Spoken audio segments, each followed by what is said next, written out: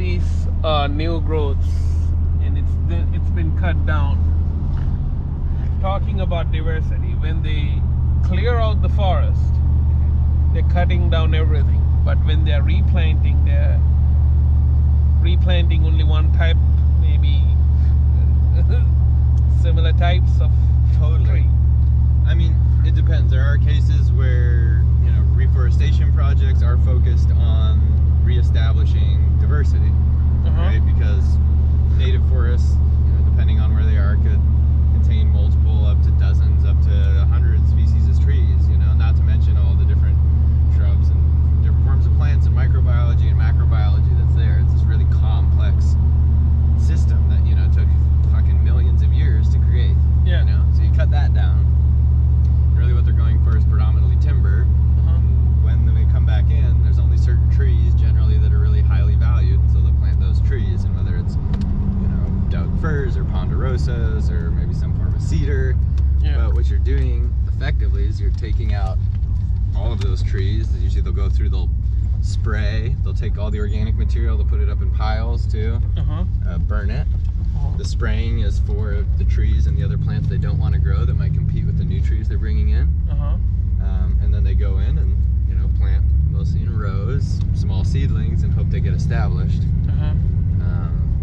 And in some cases and in some places, you regrow a healthy stands of forest.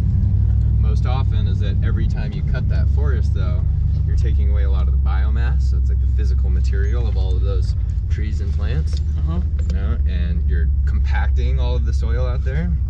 So what you're left with is you've taken away, so you're compacting all the soil, and then furthermore, once you lose the mass of roots and cover over the soil, when the rain comes, you start losing a lot of material to erosion.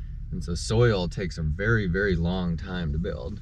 And eventually down there, you get back down to rocks, which is where like the plants and the microbiology started in the first place. You know, but once you get a bare field of rocks, instead of, you know, a 3 or, you know, 6 inches to 4 feet of porous topsoil that's impregnated with roots and all these things, a very porous mat. Talking about like a difference between 500% in how much water is actually absorbed. You take away the tree cover, you take away the organic material, the sun's hitting it more intensely, there's less to absorb it, there's less to cycle it, there's less to recycle the moisture in the form of condensation in the evenings, and you start drying the place out. So basically you take this highly biologically diverse system that is really good at charging, you know, our hydrological system, and you replace it with a stand of one kind of tree. And you spray enough chemicals that there's a lot of resilient biology, but that's basically poisoning the vast majority of the biology that's out there also. You know? And so that's the reason for forest fires that's happening everywhere? Forest fires have always happened historically, and the severity of them has gotten more intense. My understanding is that, you know, from the 1600s all the way up to basically about the 1930s, and before there were real forestry management programs put into place, I'm not sure when Forest Service started or BLM, but I think it's around then, is that there was unregulated, massive deforestation across the entire United States. We lost, you know, well over 90% of the forest cover in the United States in that period of time. And then in 1930 there was a shift, and at the same time, sorry, leading up to that, yes, you had forest fires burning like crazy, because what happens is also if you clear cut a spot completely, is that the regrowth, because there's so much, you know, especially if you don't spray, there's so much biodiversity in the form of seeds, you know, botanical diversity, which is all of a sudden you've got like, you know, maples and firs, and you've got madrones and all these things popping up, you know, but they're going to come up really tight and dense because there's millions of seeds there in the ground. So what you end up with is, instead of like where you have a tree spaced out 30 feet from the next tree, open cover, you've got plants growing at, you know, occupying different, you know, I guess levels of the forest. You know, everything from vines, you know, to tall, small trees and bushes and shrubs and ground covers and all of that. How does this relate to fire? I'm supposed to say something, but this is all to say that it's more complex than that. Deforestation and regrowth in clear cuts is definitely a major cause of the severity of the forest fires we're experiencing now. And there's a big difference between extremely hot forest fires that torch everything and kill the soil because there's so much dry, overgrown organic material that it just cooks, and a fire that comes through a well-established ecosystem that most often, not always, but most often will burn as an understory fire, which will actually have a regenerative effect on the forest, or I guess a net positive effect on the biological diversity long-term and the resilience of the forest. It's clearing out material, it's ashing it, it's lowering it down, it's allowing, you know, space for new life to emerge within that. But this is not what we have now. Now we have these hot ass torch everything fires because 99% of our forests have been logged and it's all regrowth. Yeah. So the regrowth is probably like 170 years old. Yes, I mean old growth is by some like metric, I guess it's, you know, trees over 100 years old at this point. Yeah. You have virgin, and then you have old growth, and you know, then you just have old trees. And probably But most of the places that have been cut once have also been cut twice, if not 3 times now. Wow. And each time you do that, you lose more soil, you lose more diversity, toxify it even more with chemicals, and at that point you have less moisture there. It's harder to reestablish the trees. The trees are going to grow slower. And it's also important to note too that just because you clear cut a place doesn't, you know, or you replant it with one species doesn't mean it's just going to burn. There are plenty of you know, intelligent and I guess forestry companies with integrity that are at least making the effort to maintain those stands. You go back through, you thin it. If you're smart in growing trees, you're going to do that anyway because you want larger, healthy trees. But a healthy stand of timber is not necessarily, and very rarely ever, when you farm a healthy stand of timber, you haven't farmed a healthy ecosystem. Okay. Yeah, so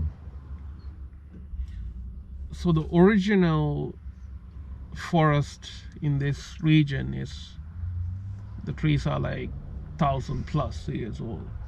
Some, right. I mean, there's all sorts of different trees. You know, the redwoods live to be really old. Yeah. Some of the cedars live to be really old. Trees that could be hundreds of years old, but there's also trees that are much younger, you know, growing in the riparian that might, you know, die, have naturally earlier lifespans and shorter lifespans. Wow. But the forests that, you know, were lived in here prior to colonization of the West, and the forests that, you know, the colonists and the pioneers and the miners and, you know, all these different people moving west got to see, we'll never see those. Yeah. That's what's so crazy is we have less than 1% of 1% of the original virgin forest cover that was here, you know, 400 or 500 years ago.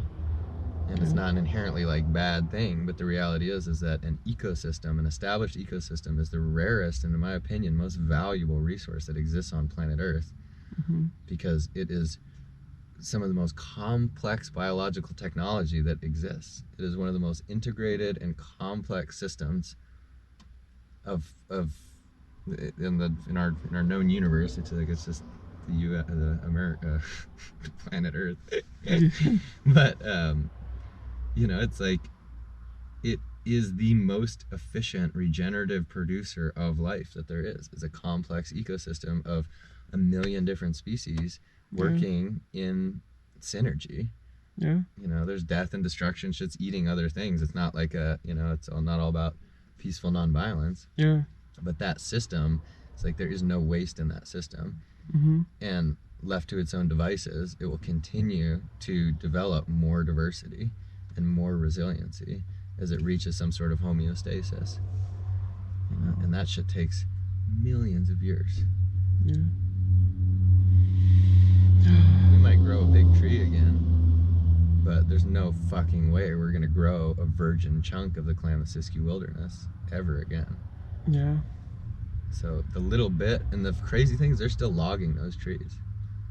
Those last virgin forests are being logged right now. You know, there's virgin stands up in BC that they're wiping out, and there's like, you know, 200 hippies up there trying to stop it, and the rest of the world just doesn't give a fuck. Yeah. You know, the Canadian government sold it, logging company has rights to the land, like that's the law. The law is not going to account for, you know, it doesn't value that. Yeah. And in our lifetime here, probably in the next 10, 20 years, any virgin lands that are not in permanent protection right now, they're just going to be gone, because those trees are expensive. That clean water is a very valuable resource. Yeah. Those minerals underneath there is worth a lot more than the tourism industry is going to bring in for people to hike around it in a fucking circle. Yeah. There's copper in that mountain, like, just wipe the whole fucking place out. And look how beautiful the rivers are, super clean around these like trees. It's just I don't get it, how clean the water, like, it's raining every day. Usually I see muddy water going through the river when it's raining. And you don't have nearly as much erosion in an established ecosystem. Yeah. There'll be times the rain gets big, there'll be lots of like humus coming in, but when you really see the trees, like the rivers go like really dirty, it's because there's bare soil over the place, and you don't see bare soil in a forest. Everything is covered. That's what every ecosystem on the planet is working to do, among other things, is cover the fucking soil. Because the soil uncovered dries out faster, it heats up more. It's like the farm. If I walk barefoot out across a plow field on a 90-degree day, that soil is going to be too hot for me to walk on. It will burn my feet. And so what do you think that's doing to the biology of the soil? They can't live in those conditions that are so hot that it burns human skin. There's very few forms of life that can live like that. And once you put organic material over the surface, that's like